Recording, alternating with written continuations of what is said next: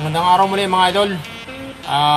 Bali kung napanood nyo yung isa kong vlog nung nakaraang video ko na may nilinis tayong tangke, fuel pump, fuel filter, tsaka yung linya ng mga vacuum hose, fuel hose. Napa-andar na natin. Medyo tumino na ang kanyang minor. Ngayon, pagkailang araw, namalya na naman mga idol. Kaya magdi-DIY na naman tayo mga idol. Bali, lilinisin natin ang fuel injector nitong ating Nissan Exalta. Ito mga idol. Ayan. Bali, natanggal ko na yung mga socket dito. Natanggalin natin itong cover ng fuel injector at ating subukang tingnan para makita kung baka ito ang dahilan dahil baka marumi na.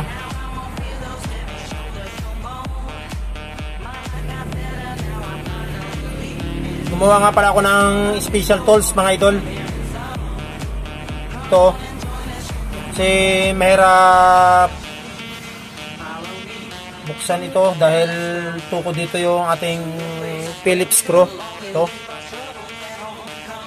hindi sumakto, kaya pumutol tayo ng isang Phillips screw. Ginawa natin ganito, letter L, para mailusot natin dito para kahit hindi na tayo magbaklas nitong throttle body.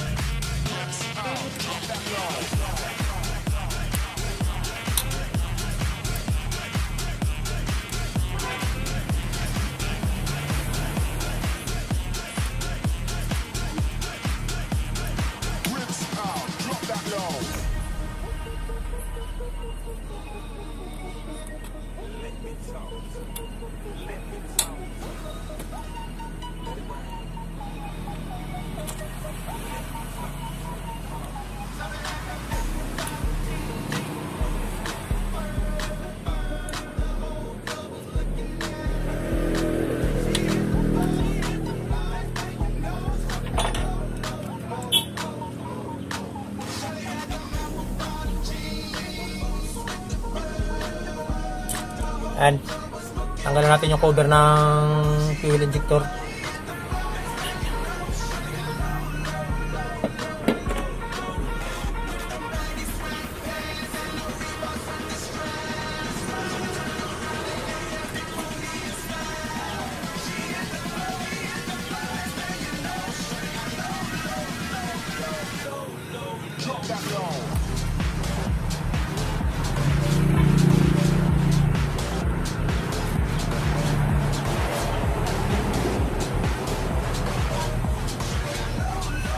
Oy!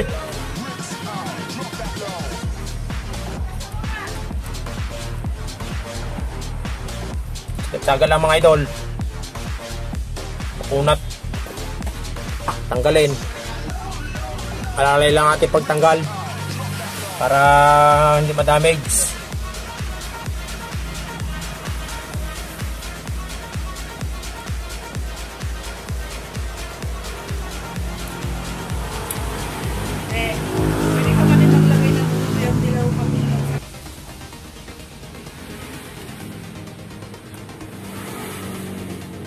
Ayan, mukhang marumi na nga mga idol. Oh.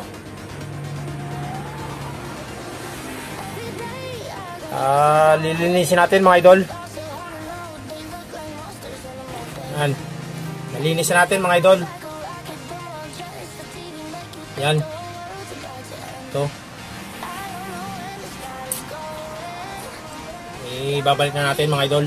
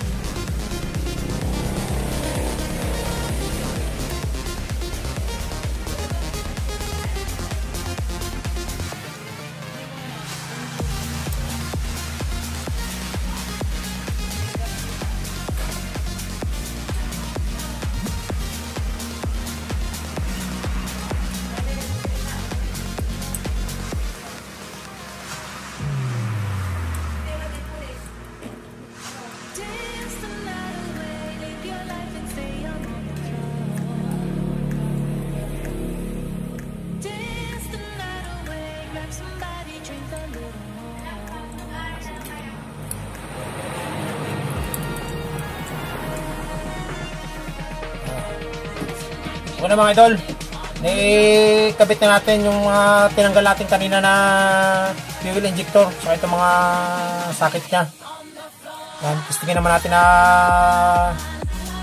paanda rin kung anong performance niya mga idol.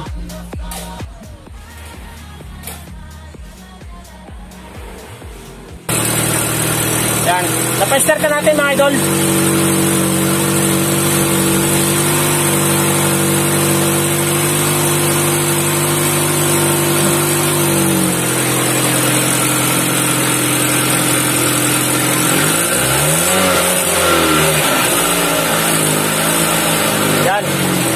Mukhang successful naman ang mga idol natin ginawa. Okay na?